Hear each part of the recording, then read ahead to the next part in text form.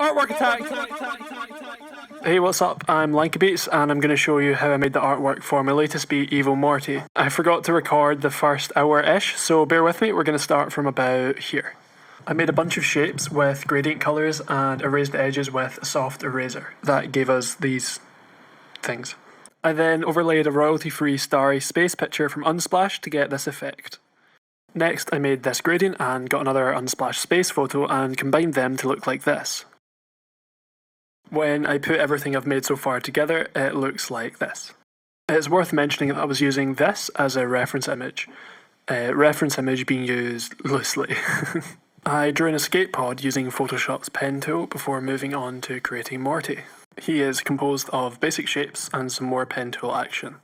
Next, I got the reference picture back up and was inspired to create the rest of the body and escape pod. I traced it.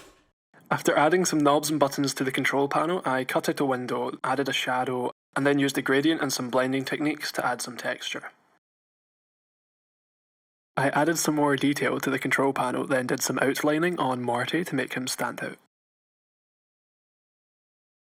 Then I spent a while looking for a spaceship texture and couldn't find anything I liked, so I used this rust texture from Unsplash. Thank you, Alex Quezada. I adjusted the size to fit, created a clipping mask, then played with the colours and blending until I was happy with it. Then I grabbed another texture from Unsplash, shout out DLKR, and went through the same process. I made some small tweaks with shadows and positioning, textured the back wall, and begun worrying about the background.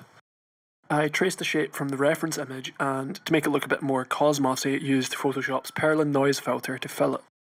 After playing with the blending types, adding some blur, duplicating and transforming, it looked like this. I exported, then went to Leonardo.ai to run it through my custom AI model to get 4 output images and turn them into a GIF.